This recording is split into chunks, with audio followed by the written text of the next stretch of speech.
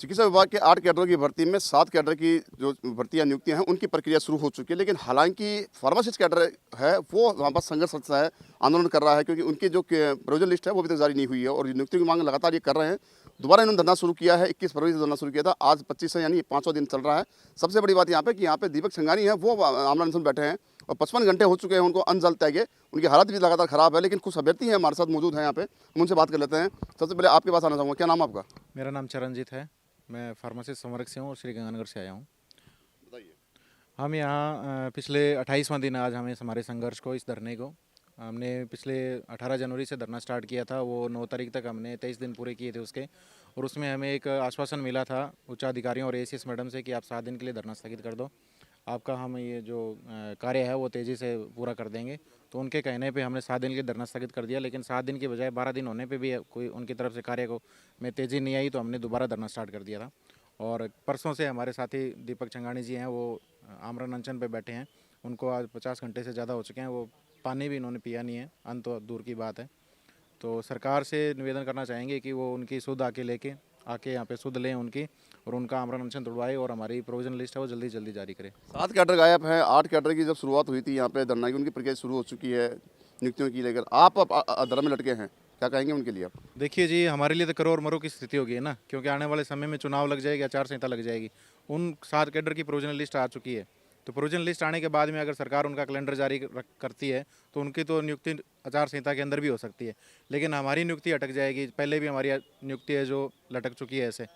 तो हम इसलिए, हमारे पास तो कोई ऑप्शन नहीं है धरना देने के अलावा, हम इसलिए धरने पे बैठे हैं कि हमारी एक बार प्रोविजनल आ जाए बस। रंजीत, आमरण अनशन पे दीपक संघानी बैठे हैं, उनकी तबीयत लगातार नासाज बनी हुई है और सरकार की तरफ से या मेडिकल डिपार्टमेंट की तरफ से कोई हेल्प या मदद नहीं की जा रही है, क्या कहेंगे आप? देखिए, परसों उन्होंने आमरण अनशन स्टार्ट किया था। कल प्रशासन को फ़ोन करके हमने ये सूचना दी कि जी हमारे यहाँ पे 24 घंटे से ज़्यादा बीत चुके हैं, हमारे साथ ही आमरण अनशन बैठे हैं। तब पुलिस के द्वारा उनका जो स्वास्थ्य परीक्षण है वो करवाया गया एसएमएस हॉस्पिटल जयपुर के अंदर, और आज दोबारा 24 घंटे बीत चुके हैं। अब प्रशासन और पुलिस प्रशासन दोनों को ये सूचना है कि बंदा 50 घंटे से ज़्यादा बीत चुका है और यहाँ पे आमरण अनशन पे बिना पानी के बंदा बैठा है, अनशन कर रहा है। लेकिन अभी तक उनकी तरफ से उनका ना तो स्वास्थ्य परीक्षण किया गया दोबारा, ना ही कोई सुध ली गई है। संजीत हैं, साफ साफ कहा है कि प्रशासन द्वारा इनकी तरफ से कोई मदद नहीं मांगी गई। एक महिला, क्या नाम है आपका? कोमल मीना, मैं अलवर से आई हूँ, फार्मासिस्ट से हूँ। हमारे यहाँ फार्मासिस्ट साथी पिछले 12 साल से संघर्ष कर रहे हैं, लेकिन अभी तक उन्होंने सरकार ने उनकी एक भी नहीं सुनी है। 7 कैडर्स की प्रोविजनल लिस्ट आ गई, उनका फाइनल काम पूरा हो चुका है, लेकिन फार्मेसी वाले ऐसे हैं जिनकी प्रोविजनल लिस्ट भी नहीं आई है और ना अभी उनका काम शुरू करवाया गया है। इसलिए हम मजबूर होकर पहले 23 दिन धरना दे चुके थे, अब 4-5 दिन से यहाँ फिर से धरने पर बैठे हुए हैं। सबसे बड़ा सवाल यहाँ पे वापस मैं वही दोहराऊंगा आपके साथ कि पहले 8 कैडर एक साथ थे, लेकिन अब अकेला फार्मासिस्ट कैडर बचा है, क्योंकि सर उन 7 कैडर्स की तो लिस्ट आज सौगंध खाई थी उस समय। सर वही बात है ना, संघर्ष के टाइम की असली पहचान तो वही लोगों की तभी होती है जब संघर्ष में आपके साथ खड़ा हो। ऐसे तो हर कोई आके आपके साथ खड़ा हो जाएगा जीतने के बाद, वो थोड़ी ना साथी माना जाएगा फिर। उससे अच्छा तो द नगरी न्यूज़ वाले हैं जो पिछले 23 दिन में भी हमारे साथ थे और 5 दिन से और हमारे साथ जुड़े हुए हैं, हमारी हर मांग को सरकार तक पहुँचा रहे हैं, इसलिए हम उनका ज़्यादा धन्यवाद करना चाहेंगे। बल्कि 55 घंटे से ज़्यादा के समय में आपके अभ्यर्थी बैठे हैं और अन्न और जल दोनों त्याग रखा उन्होंने, हालत ख़राब हो रही है, प्रशासन द्वारा उनकी तरफ से कोई रेस्पॉन्स नहीं दिया जा रहा, क्या कहेंगे आप? यही कहना चाहूँगी सर, उनकी हालत सच में बहुत ज़्यादा ख़राब है, लेकिन सरकार का कोई भी कैंडिडेट आके एक बार उनकी हालत का वो भी नहीं कर रहा है कि उनसे आके उनकी हालत पूछे। अगर उनको कुछ भी हो गया तो इसकी जिम्मेदारी सरकार की ही होगी, क्योंकि वो 50 साल के हैं और ब्लड प्रेशर के पेशेंट वैसे हैं, उनको कुछ भी हो सकता है, उनकी जान के लिए रिस्क है ये। कोमल, सबसे अंतिम सवाल और सबसे खास सवाल ये रहेगा कि आप महिला हैं और यहाँ पे तमाम जो सुविधाएं हैं, महिला की सुरक्षा को लेकर सुविधा की बात कर ले, आपके मोबाइल टॉयलेट की बात कर ले, लेकिन तमाम सुविधाएं यहाँ पे नदारद दिख रही हैं। क्या लगता है कि सरकार जो है, जो दावे करती थी महिला की सुरक्षा को लेकर, वो अब वापस? सरकार विपक्ष में रहती है तभी लड़कियों के लिए, बेटियों के लिए दावे करती है। अब उनकी पार्टी है, उनकी सरकार है, अब आके क्यों नहीं देखते हैं कि उनकी बेटियां इतने दिन से बाहर बैठी हैं। अब तो वो नहीं आके देख रहे, अब तो हाल भी नहीं पूछते हैं हमारा, बैठे हैं ठीक है बैठे हैं, वो पूछते भी नहीं एक बार आके। उनका फ़र्ज़ बनता है हमारी सुरक्षा, लेकिन अब वो नहीं कर रहे हैं। क्या कहेंगे मैडम, नाम क्या है बता दीजिए? रोहिणी। आज पहली बार तो कैमरे के सामने आए, आज कई दिनों से मेहनत करने के बाद, क्या नाम है बता दीजिए आप? रोहिणी मीना, जयपुर से। रोहिणी, यहाँ पे पहुँची हैं, 500 दिन है, दोबारा आपने शुरुआत किया, 12 साल से संघर्षरत हैं, पहले 23 दिन आपने धरना दे चुके थे, क्या लगता है कि आपका संघर्ष कहाँ तक सफल हो पाएगा? हमारी तो कोशिश पूरी है कि हम हमारी प्रोविजनल लिस्ट लेकर ही उठे यहाँ से, लेकिन अब सरकार हमारे सपोर्ट करे तो तभी ये चीज़ पॉसिबल होगी। 55 घंटे से लगातार आपका अभ्यर्थी हैं, बिना अन्न जल लिए धरने पे आमरण अनशन में बैठे हैं। हालत ख़राब हो रही है, लेकिन प्रशासन द्वारा कोई पहल नहीं की गई, कोई रेस्पॉन्स नहीं दिया गया। ये तो सरकार की जिम्मेदारी होगी। अगर उनको कुछ भी होता है, उनकी तबीयत ज़्यादा ख़राब होती है या फिर उनकी जान पे बनती है, तो ये सरकार की होगी पूरी जिम्मेदारी, या फिर प्रशासन की। एक सवाल वही सवाल दोहराऊँ जैसे कोमल से पूछा था कि मोबाइल टॉयलेट नहीं यहाँ पे नहीं है, तमाम सुविधाएं हैं वो यहाँ पे अवेलेबल नहीं है, क्या कहेंगे आप? गवर्नमेंट तो ऐसे कहती है कि बेटी बचाओ बेटी पढ़ाओ, बेटी की सुरक्षा करो, और आज उनके लिए इतनी सी भी सुविधा अवेलेबल नहीं करवाई जा रही। हम इतने दिनों से यहाँ पे परेशान हो रहे हैं, तो बिल्कुल भी सुविधा अवेलेबल नहीं करवाई हमारे लिए। तो देखिए, ये रजनी मीणा है जो लगातार यहाँ पे मांग उठा रही है, लेकिन हाल फिलहाल रोहिणी मीणा है, सॉरी, जो हाल फिलहाल है वो यहाँ पे स्थिति है वो गंभीर है। 55 घंटे ज़्यादा का समय हो चुका है, लेकिन हालात जो है दीपक संघानी के वो आमरण में बैठे हैं, उनकी हालत बहुत ज़्यादा क्रिटिकल बनी हुई है। प्रशासन द्वारा कोई भी पहल नहीं की गई है।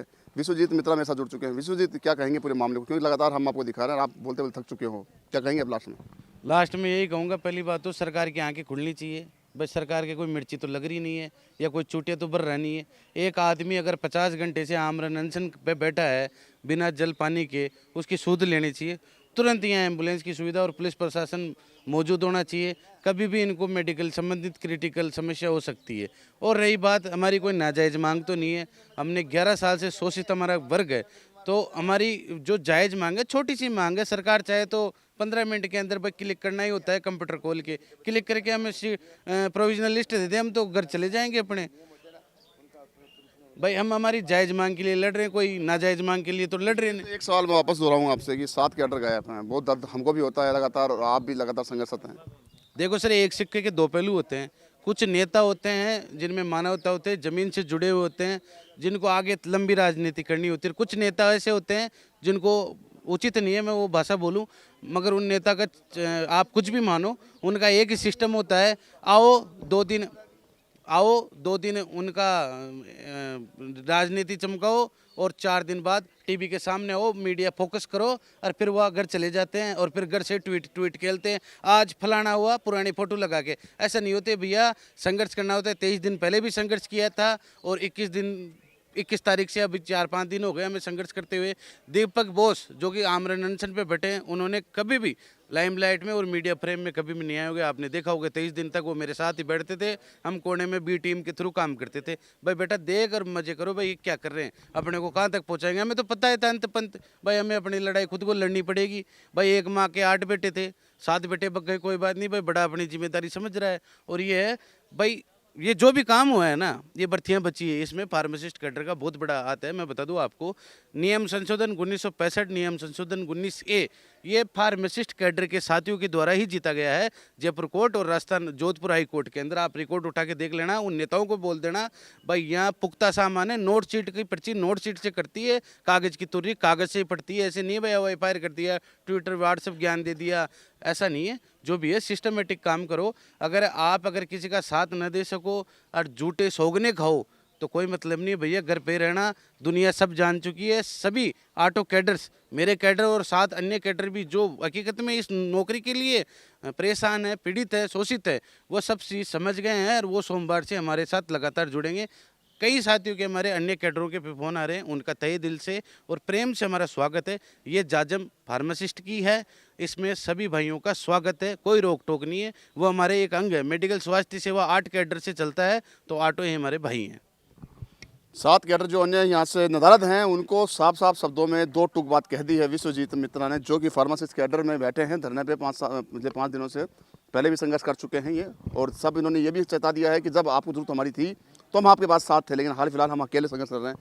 विकास मीणा मेरे साथ जुड़ चुके हैं, मैं बात करता हूँ। विकास, क्या पूरा मामले को देखते क्या कहेंगे आप?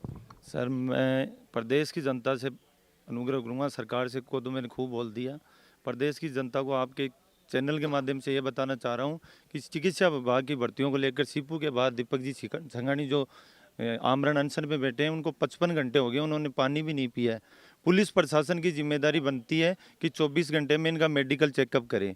तो मैं आपके चैनल के माध्यम से चिकित्सा मंत्री को जगाना चाहूँगा। और चिकित्सा मंत्री जी, मैं आपको ये बोल देता हूँ कि अगर छगानी जी को अगर कुछ हो गया और अगर उनकी मौत हो गई तो ऐसा होगा कि पूरा राजस्थान देखेगा।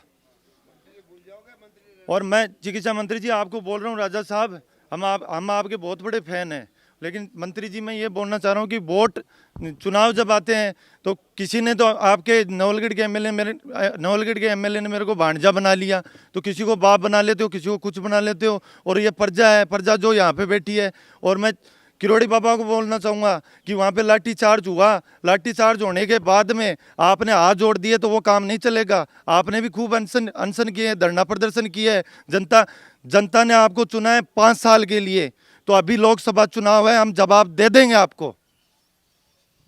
आक्रोश साफ झलक रहा है इनके चेहरों पर, क्योंकि पिछले कई सालों से ये संघर्षरत हैं अपने फार्मासिस्ट कैडर की नियुक्ति की मांग को लेकर, लेकिन इनको हमेशा आश्वासन मिले हैं और आश्वासन हाल फिलहाल ये लेने के मूड में नहीं है, आर पार लड़ाई के मूड में आ चुके हैं।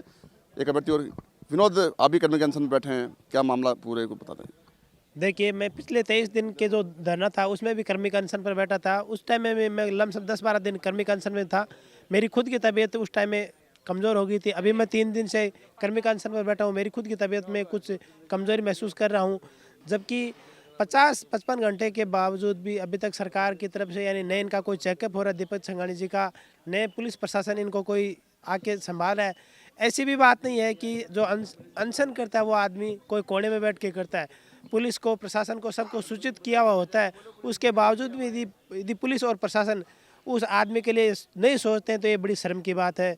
और मैं तो आपके चैनल के माध्यम से सरकार और आमजन से यही गुहार लगाता हूँ कि इनके स्वास्थ्य के बारे में जल्दी से जल्दी स्वास्थ्य विभाग को वो टीम चेकअप के लिए भेजनी चाहिए, और हमारी जो प्रोविजनल लिस्ट की मांग है उसके ऊपर सरकार को जल्दी से जल्दी कार्रवाई करनी चाहिए। बिल्कुल, लगातार जो अभ्यर्थी हैं वो मांग कर रहे हैं अपनी कार्रवाई की मांग को लेकर, नियुक्ति की मांग को लेकर, और जो तमाम जो यहाँ पे नेता हैं, शासन है, प्रशासन है, वो उनसे मांग की जा रही है कि कैसे ना कैसे इनकी जो नियुक्तियाँ हैं वो जल्दी जल्दी जारी करें। और सबसे बड़ी बात यहाँ जो दीपक संघानी 55 घंटों से बैठे हैं बिना अन्न जल खाए, उनकी तबीयत लगातार खराब होती जा रही है। अब देखने वाली बात ये होगी कि सरकार और जो अभ्यर्थी हैं इनमें कहाँ तक सामंजस्य बन पाता है, क्या इनकी मांग पूरी होती है, या ये धरना यूँ ही अनवरत जारी रहेगा। सहयोगी कैमरा पर्सन संजय शर्मा के साथ संदीप अग्रवाल, द नगरी मीडिया, जयपुर।